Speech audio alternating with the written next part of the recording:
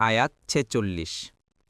ومن آياته أن يرسل الرياح مبشرات وليذيقكم من رحمته ولتجري الفلك بأمره ولتبتغوا من فضله ولعلكم تشكرون।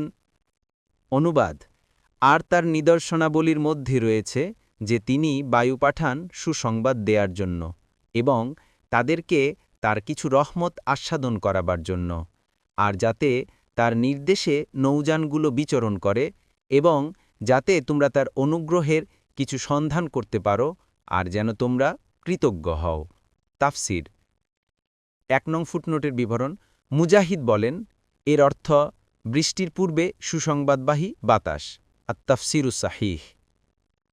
২ নং ফুটনোটের বিবরণ। এই আয়াতের সমর্থে আরও দেখুন সূরা আল বাকারার ১৬৪, সূরা আল মুমিনুনের ২২।